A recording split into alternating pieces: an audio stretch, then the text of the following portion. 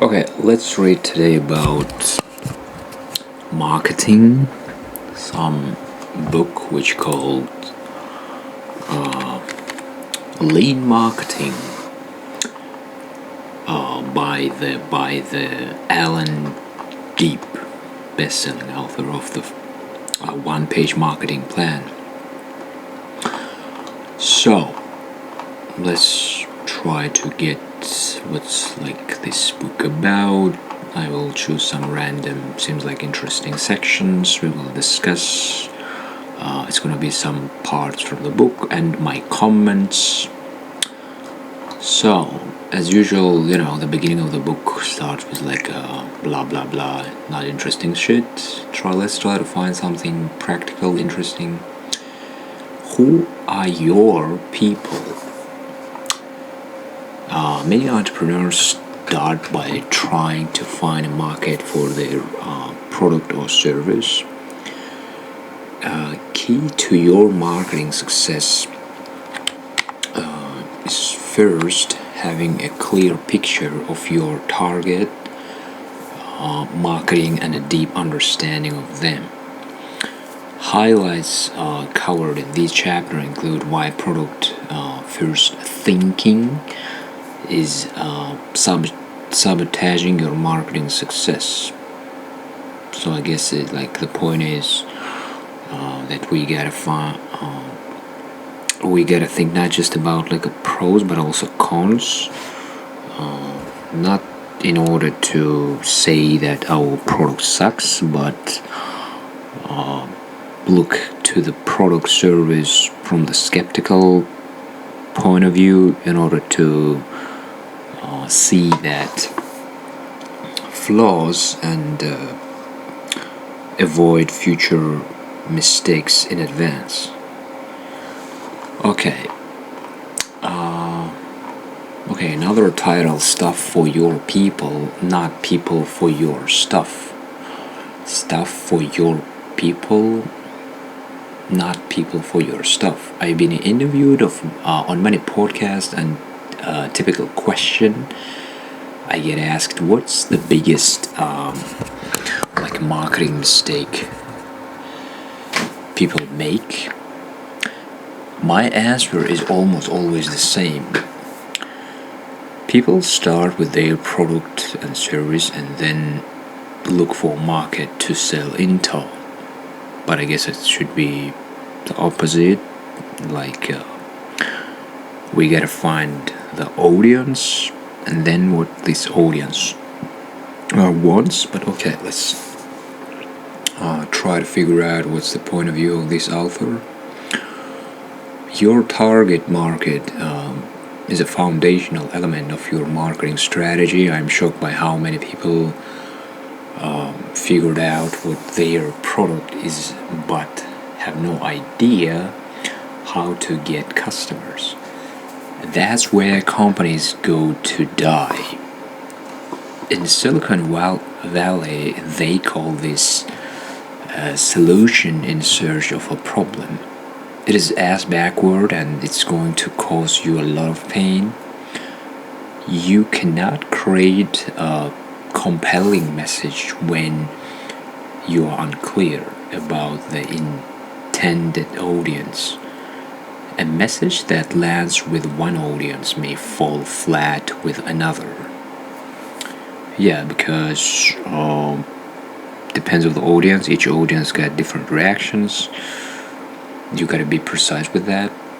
You will also waste a lot of money on ads that don't work if you're reaching the wrong audience, and sales conversion will be an uphill battle. If you're experiencing any of these symptoms, it could be because you don't have a crystal clear idea of your target market. Good marketing is stuff for your people, not people for your stuff. Product comes after market, so it is essential to figure out who your people are. In other words, like your customer, like age, location, preferences, The more you know about your customer, the better you can pitch your product. Okay, another title, Lean Marketing Principle 3, Market comes before product. Think of yourself as the mayor of your town. What do your citizens need? Chances are the answer will differ significantly from town to town. For example, certain things instantly come to mind when I think about where I live. There's a dangerous intersection that needs traffic lights installed. There are serious accidents there every year, and every morning traffic gets backed up trying to turn onto the main road. There's also a big problem with day trippers who park illegally on the esplanade to access the beach and cliffs nearby. They're noisy, leave a lot of trash behind, and make things unpleasant for locals. They also think that the city council does well, like maintaining the forest areas and clearing away overgrown grass and dead trees to prevent wildfires. They think these things would be completely irrelevant in other towns. A good mayor makes decisions based on knowledge of the needs of the local townspeople. You're going to treat your target market the same way. You will first get a crystal clear picture of who they are and what problems they experiencing. In this chapter, I will give you some powerful tools to help you work this out. Okay, practical tips. An inch wide and mile deep. I recently went away with some friends and we tried clay shooting for the first time. Our constructor was a champion Olympic shooter. His most useful tip was to ignore the natural instinct of trying to follow the clay target as it gets launched. Instead, he instructed us to position our rifles to where the clay was headed. Move the rifle as little as possible and then shoot when the clay target appeared in the line of sight. Okay, it seems like some sort of metaphor with the hunting, with the target, and I guess victim in the hunting. It's gonna be AK customer, but okay, let's see. Similarly, most rookie entrepreneurs try to follow many target markets and end up missing them all. Yeah, in other words, the multitasking is not a good idea. You gotta target exact customer, not like trying to pitch to all people, because when you try to sell all people, you're not selling anything, because any product service got its own specific audience. Maybe you're an accountant, lawyer, butcher, baker, candlestick maker, or whatever. It's already like a rhyme poem. Almost everyone can use your product or service, so it feels natural to cast the widest possible net to try to catch them all. Selecting a very specific target market feels counterintuitive. Every instinct you have will be to try to expand your market and your product or service offering, but it's a mistake. Just like following a clay target inevitably results in a miss, so too will your efforts if you try to chase like everyone and be all things to all people. Again, you gotta be precise with the specific target, not like all at once. And the path to domination starts with a narrow focus. Facebook was only in colleges for its the first 2 years. Apple's comeback had only the iPod for 6 years, and Amazon may be the so-called everything store today, but it started as an online bookstore.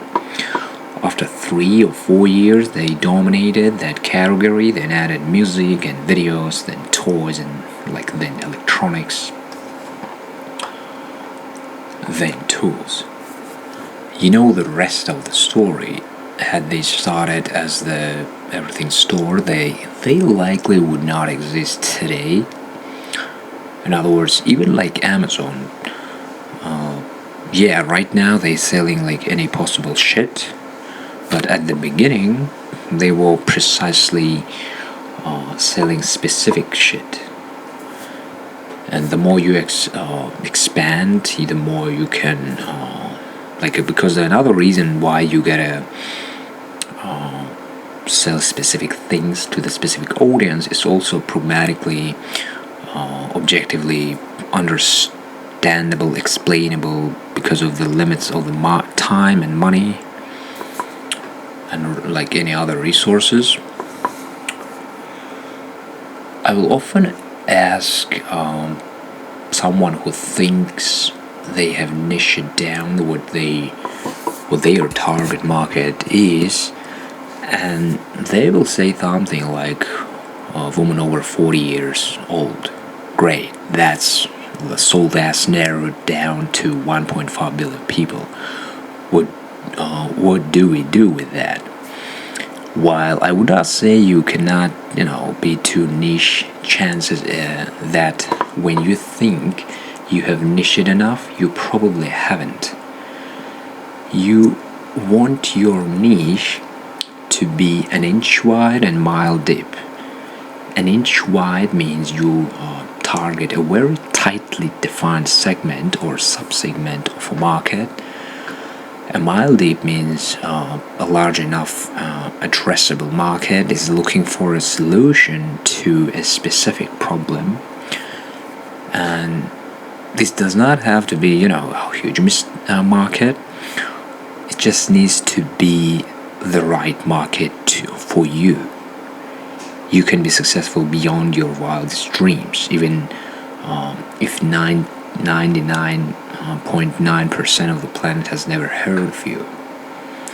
Because I guess the perfect example, Ferrari, which selling just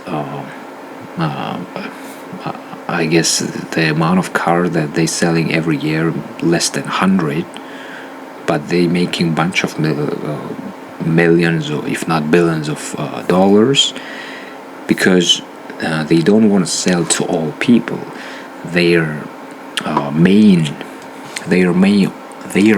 audience, customer, reach specific people. Okay, the next one from this book, Lean Marketing. The next title, a subchapter, I guess, the woman in the woman in the red dress. I recently heard Alex Hormozy describe the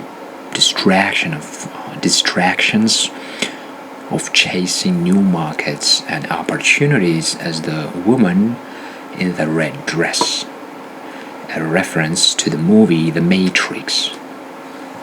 And in one scene, Morpheus takes his trainee Neo through a virtual reality training program. They walking through a crowded street full of people wearing drab, monochrome clothing, as Morpheus explains the Matrix to Neo. Then a gorgeous woman in a bright red dress emerges from the oncoming crowd. She flashes Neo a sexy smile as she walks past, and he can't keep his eyes off her. Morpheus stops to bring Neo back from his distraction and asks if he's listening or looking at the woman in the red dress. He then tells him to turn around and look again.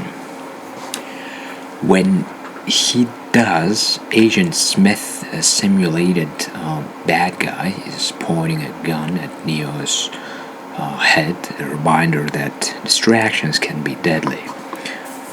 Yeah, I guess it's another metaphor that we gotta be precise, don't distract with another audience, customers who actually is not our customers. Yeah, good metaphor. What else? If you run even a mildly successful business, you will constantly have distractions, new opportunities, and bright, shiny objects coming at you. Every fiber of your being will beg you to widen the net, expand your offering, and follow the sexy and new. They are the woman in the red dress. So yeah, distraction, aka woman in the red dress, or maybe even naked woman. Okay, as you become more and more successful, she keeps coming back and seems more and more attractive each time because you present it with increasingly bigger and better opportunities. Okay, as entrepreneurs, novelty is in our DNA. The new idea, new product, new market. I am by no means immune to the seduction of the woman in the red dress either.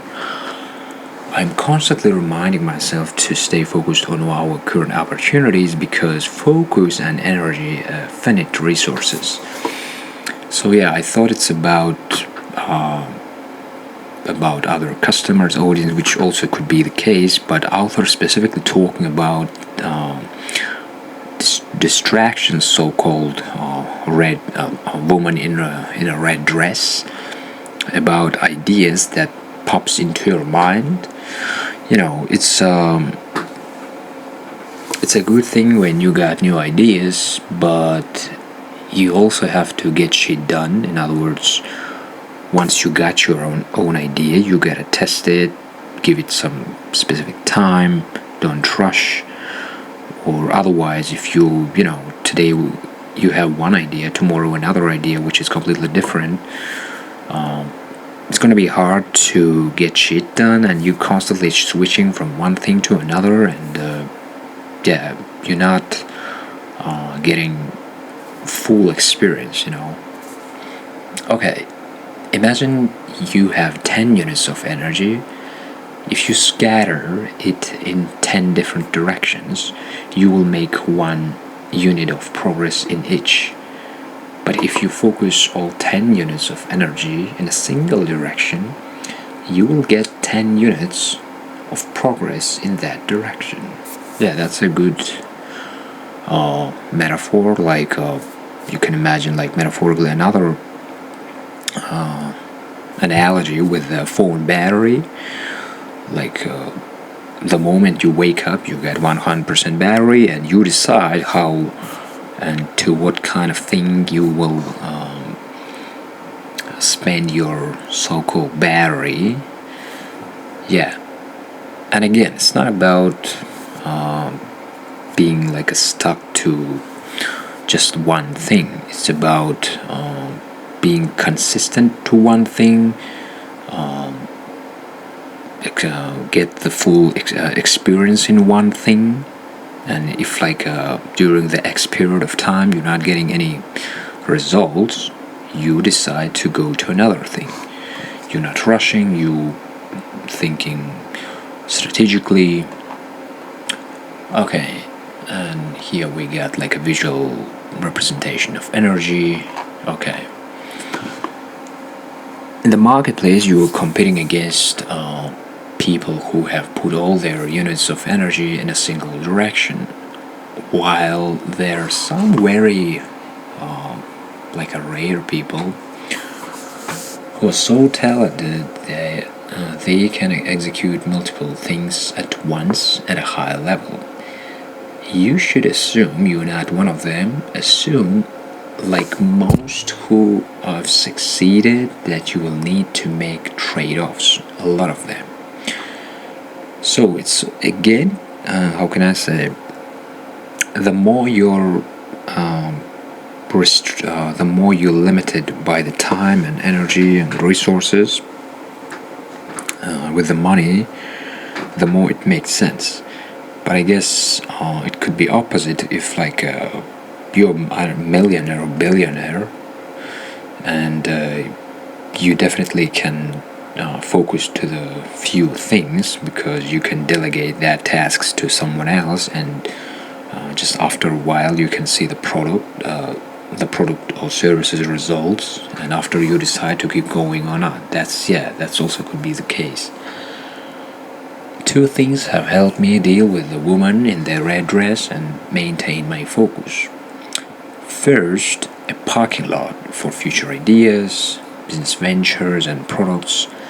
That way, I don't feel like they're lost. They're still there. They're still that way I don't feel like they're lost. They're still there for future time when I have the capacity to deal with them. In reality, I could not execute all the products, ideas, and ventures I have in my parking lot in 10 lifetimes, but it still feels better than just discarding them. The second thing that's been helpful is seeing so many businesses from the inside. From the outside, a lot of like markets and businesses look very profitable and easy. And when I see what's really involved and what actually falls to the bottom line, I'm rarely as enthusiastic. Many like a high ticket, high revenue businesses have lower leverage and sucky business model. Okay, the next title's specificity sells, generality repels. Specificity sells and generality repels. I can prove this to you in 5 seconds. Go to your smartphone or computer and look at your search history. Now, focus on the search terms related to something you consider purchasing. Marketers often refer to these keywords as having commercial intent. Notice that your searches are very specific. Yeah, that's why data brokers so valuable, because they selling your own, which is supposed to be private data, but we know that nothing for free, and they stealing our data. So yeah, our especially searching history very valuable, because that allows for the marketing campaign not don't waste their money, and they can specifically target you. If you previously, 2 days ago was like a searching sneakers, guess what? You will see ad of sneakers, and you probably did not type like a doctor or car into the search box. You're much more likely to have typed something else, something like a dermatologist downtown Brooklyn. You see, it's not just like a specific product or service. You're also mentioning location, or like which Porsche 911 models have all-wheel drive. And the more specific you are with your search, the more you're valuable for this kind of like data brokers and people who wanna run ads. Because the idea is, I guess, if the search too general, it is not a serious customer who ready to buy. Because you can search something, Google something just in order to get to know, but not exactly buy it. Knowing the like a specific search terms your like a market uses is like a critical to the success of your inbound marketing. You will never get to such specific if you targeting is too broad. And being specific and targeted is a great way of like optimizing your product or service for maximum profit. You will see this in the personal care industry. Products like deodorants or razors have versions for men and women. Yeah, I remembered another thing that when you, for example, running ad campaign in like Google or another search engine, you reverse engineer the search like a keywords. In other words, instead of guessing, you getting from that search engine specific words. In other words, if you, for example, selling Adidas sneakers, you getting from like each search engine got its own like a specific menu for this. I guess Google, in Google, I guess it's called like a Google AdSense, something like that. Yeah, so the logic is you type whatever keyword, and after below you see the like a statistics about this keyword. In other words, what is like what exactly people typing, and the idea is that you in your own ad using the same keywords, and instead of like trying to guess, you putting exact specific keywords which got like a highest probability, and here we go. After that, people see your ad and buying your shit. The actual products are often identical, except the men's are packaged in a blue or black, and those targeted at women are pink. These causes most like a household to buy both. Further, the ones targeted at women often attract like a so-called pink tags because they're priced higher than the men's versions. Yeah, because most of the time female buying more, and that's why I guess like companies take advantage of that, and like it doesn't matter, it's like a cosmetics or like a clothes, they're able to sell women's like a products or services with higher margins, and they get more profit. Meanwhile, boys buying just one underwear once in a year. Okay. Further, the ones targeted at women often attract a so-called pink tags because they're priced higher than the men's versions. I simultaneously despise and admire this tactic. I despise it because I am against gender discrimination. I admire because it's additional margin that falls directly to the bottom line, a truly beautiful thing that warms my heart. High margins and my love language. Yeah.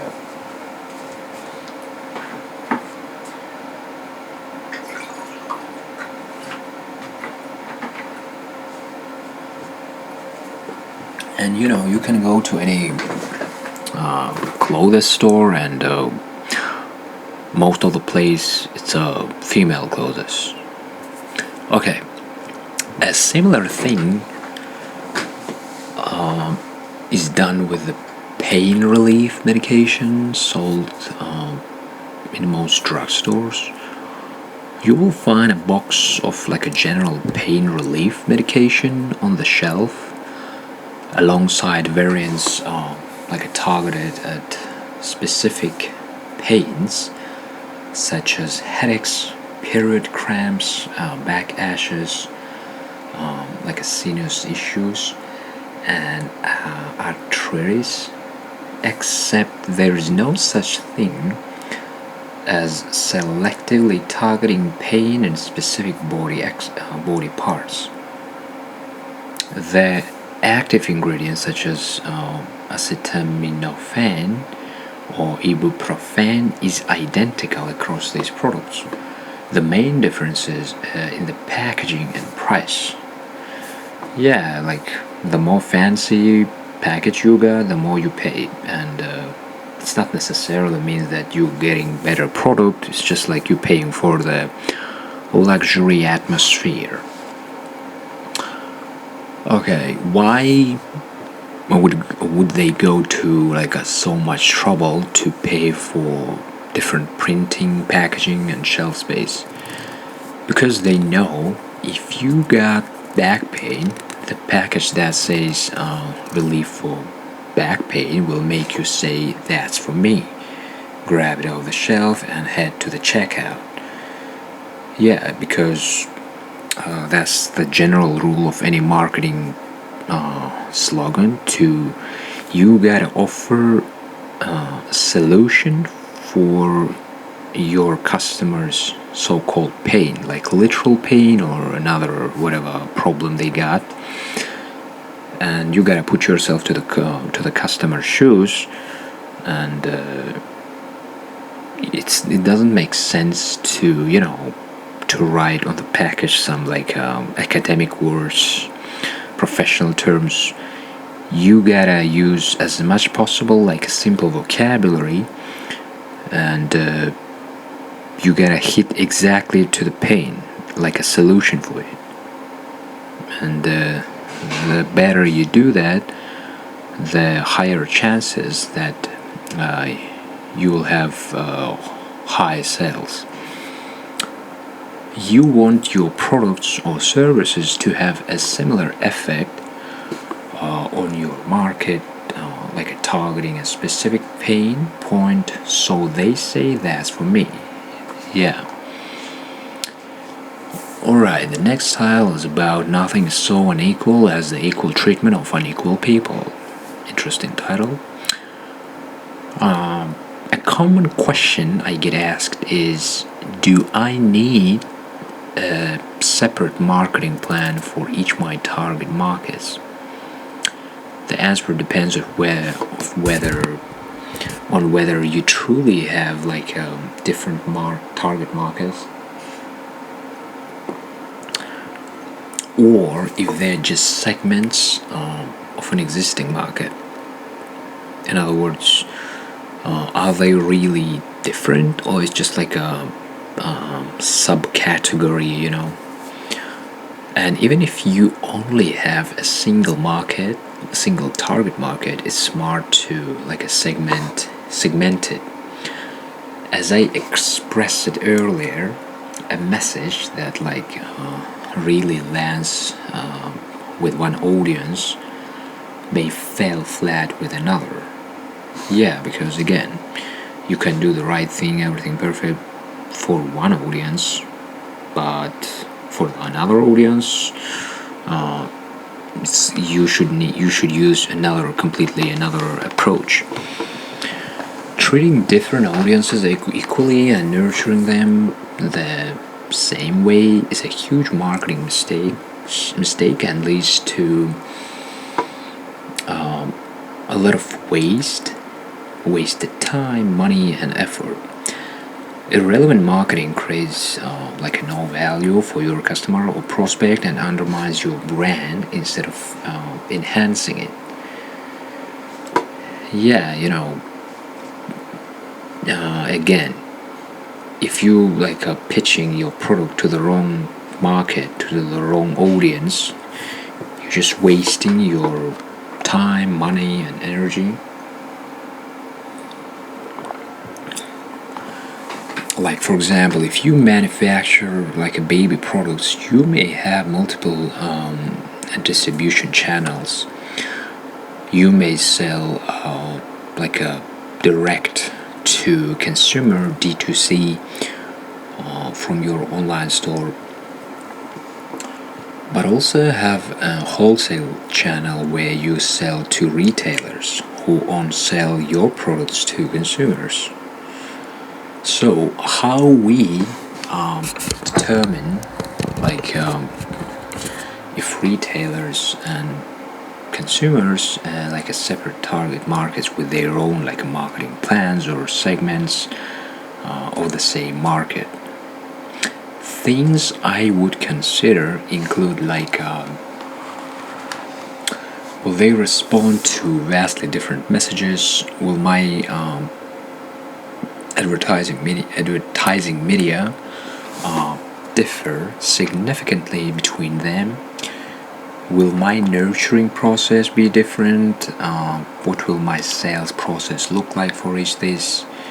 How will I like manage like the short-term onboarding and long-term customer management process for each one? Okay, what other interesting sections we got here? Programming moist robots. Okay. The words you use radically affect the results you get. By becoming better at copywriting, you'll become a better marketer. Yeah, the copywriting in general, it is the like a major in marketing. When we writing text in our ads specifically to increase sales. In other words, we're using specific words, tapping to the emotion, showing solution. Yeah, the main goal of copywriting, not just writing text, but writing specifically text to increase sales and use that in our ads.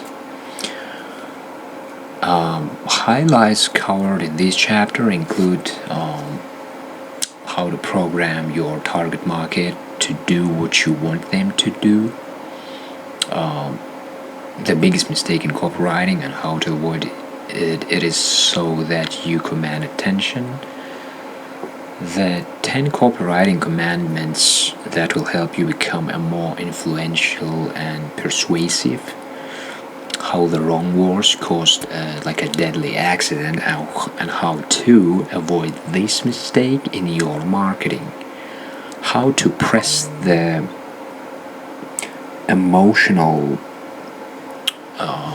buying triggers of your like a target market, how to defeat like a writer's block forever, the magnetic messaging framework for crafting short-term messages that are compelling and action-oriented. Okay, the next, I guess, is also related with the copywriting. Your words make all the difference. In chapter 3, I introduced the concept of moist robots and the 7 core commodities that drive all human behavior.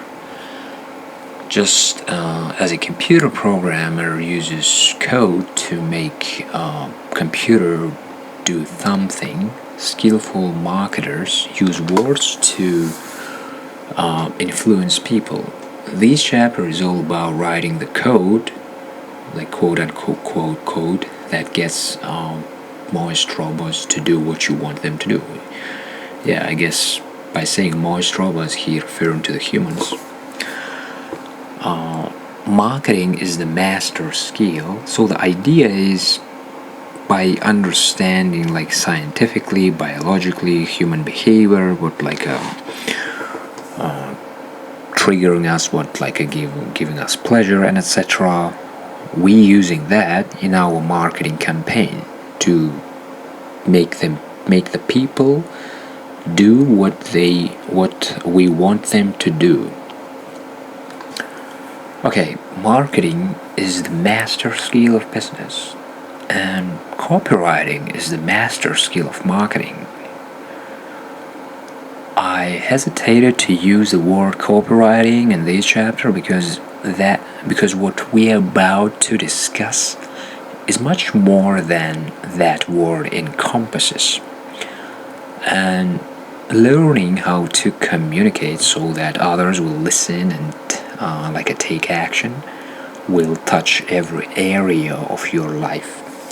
In this chapter, I will share with you the most powerful technology when it comes to influence and persuasion with words.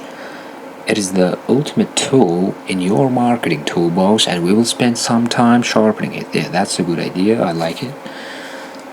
It's finally we're getting something practical, like what kind of keywords, what kind of words triggering customer to buy something.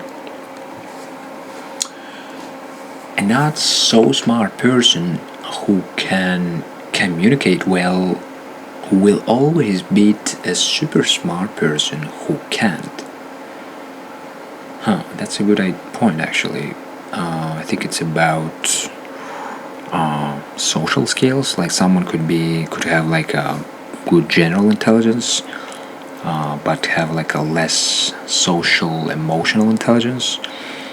And in a situation when we need to communicate effectively, the one who lacking some knowledge specific, but he got this kind of communication skills, he can have leverage.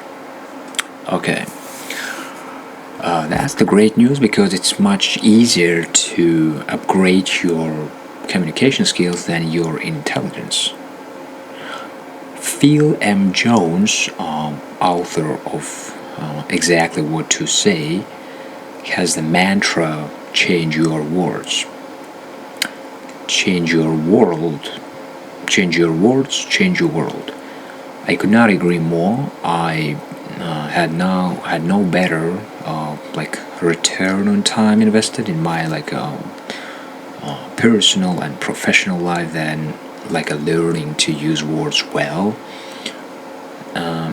You hear right now, because of it. And copywriting touches every part of marketing, even if you're not writing. The basic unit of almost anything you do marketing wise is words, even if they used in a video or audio. And in this chapter I will give you my a best advice on writing powerful copy that moves your prospects and customers to action. Okay, here we go. While I do entertain fantasies of a one day writing titillating erotica, for the moment we are going to focus on words that make you money. And making money is a turn on for many, so maybe I'm hitting two birds with one stone. That's a good idea. Either way, the type of writing I'm focusing on is not the type that will win you a Pulitzer Prize. Your broke art for art's sake brother-in-law with a degree in philosophy would not be impressed with your writing, but your private banker will be. I hope that's okay with you. If not, then now would be a good time to give this book to someone else. Good copy forms the building blocks of everything I will discuss in the assets and processes parts of this book. To write great marketing copy, follow my 10 copywriting commandments. Okay, fucking finally. Copywriting commandments. Number 1, thou shalt entertain. Thou shalt entertain. I guess the point is that we gotta use a nice storytelling way, entertain, catch attention. But okay, let's see what author's take on it. Whether someone plans to write an email sequence or a sales page, or record a video or podcast, a common question is how long should it be? That's kind of like asking how many leaves on a tree. I don't know what's gonna say after, but I think actually it could be as short as possible because, of course, like the text, the story could be interesting, but most of the time, customers, viewers got very short attention span, and that's why I guess makes sense to use like a short text, which like precisely targeting to the like a customer's pain. Okay, let's see what's like author pain of take on it. Okay, that's kind of like asking how many leaves are on a tree or how big is a bowl of nachos. Let's get one thing straight. A bowl of nachos should always be huge, overflowing with salsa and melted cheese. And when it comes to creating content, there is a common misconception that like people have short attention spans. Yeah, that exactly I was telling before. Because of these, you will hear a lot of like nonsense advice, like keep your emails short or make your videos like a 2-3 minutes long. Yet people binge watch numerous episodes of Netflix series, finish multi-hour podcasts, and go down YouTube rabbit holes for hours at a time. Yeah, but the point of podcast or another like a movie especially, is just to entertain. So what are you waiting for? Like that we're gonna create like 1 hour ad? Okay, let's see what his point of view. The reality is people do not have short attention spans. They have short boredom spans. That's actually a good point. So it's not about that viewers, customers get like a short attention span, but because they don't like boring things. And if it's not boring, they're ready to spend their time like as much as possible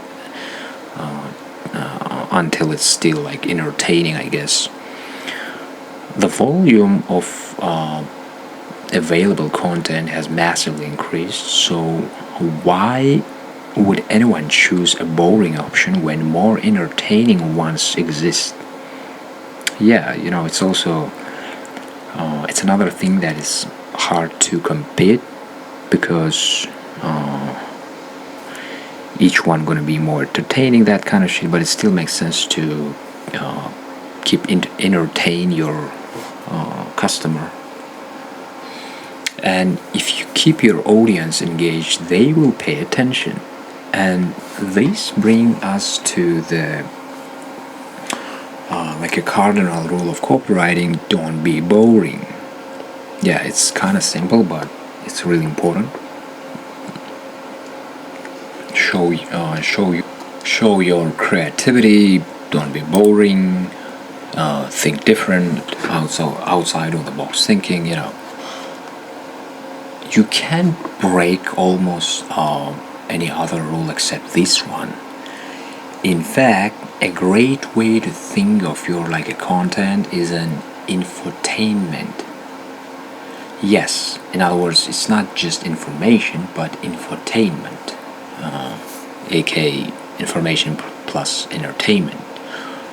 Yes, we want to inform, educate, motivate, and so on, but your information would not get consumed if it's boring. Yeah, that's really good point. In other words, you're not doing things for the sake of being fun. You gotta make sales, but just make it in interesting way. Think of entertainment as the carrier for your message. If it's not packaged in entertainment, then your message would not get through. Have you ever been on a busy highway that has slowed to a crawl because of an accident, and a up ahead. It's frustrating. As you approach the scene of the accident, you see the strobing light of an ambulance and realize that the accident is on the opposite side. There is no logical reason for it to be slowing down for like your side of the highway. Then the penny drops. You realize it's because each driver ahead of you slows down as they pass by to rubberneck and gawk at the accident on the other side. Yeah, these motherfuckers, instead of like minding their own business, they watching to that fucking traffic accident, and they acting the same way if this shit happen in their own direction. But yeah, I get it. Like it is like an analogy that your story should be AK like a traffic accident to catch other people's attention. Writer's indignation kicks in and you exclaim, idiots. All these like nosy people with nothing better to do, why you are now running half an hour late. But guess what happens when you pass by the scene? Of course, you slow down and look too. I mean, at least like you're gonna look up why these motherfuckers slow. Like, of course, like you will find out that it's like logically doesn't make sense. But yeah, I like it. Like analogy. Okay, compelling copy is similar. It hooks into human curiosity, and you simply cannot resist it, even if, or perhaps, especially if it's not pretty. Yeah, especially in this like example, people like to feel that they're as alive and someone's is not. Okay, it's kind of like those so-called fail videos on YouTube. They're painful to watch. You know what's going on to happen when he climbs that precariously balanced ladder, but of course you cannot look away.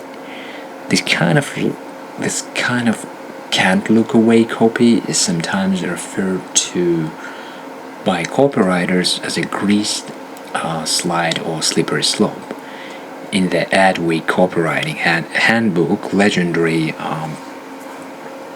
copywriter Joseph Sugarman explained it this way. Yeah, I mean, definitely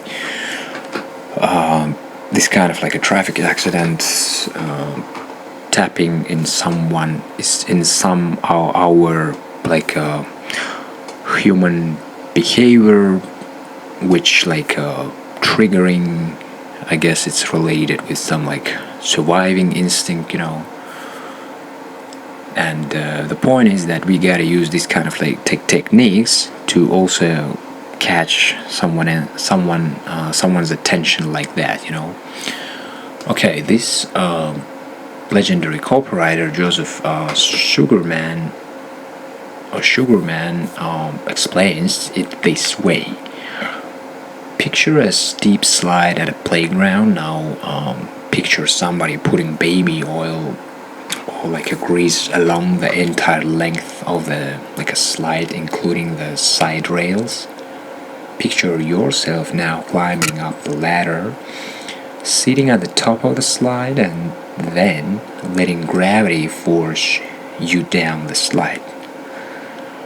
As you start to slide down and build momentum, you try holding on to this sides to stop, but you can't stop. You continue to slide down the slide despite all your efforts to prevent your descent. This is the way your copy must flow. That's a really fucking good metaphor, actually. When you go down from the slippery slope, like from the roof or another shit, even though you like want to stop it, you can't, because that's so fucking entertaining. I mean, it's not entertaining. It's like it's physics, but your ad also should be like a physics. Every element in an advertisement must cause that slippery slide effect. The headline must be so powerful and compelling that you must read the subheadline, and the subheadline must be so powerful that you compel to read the first sentence, and the first sentence must be so easy to read and so compelling that you must read the next sentence, and so on, straight through the entire copy to the end.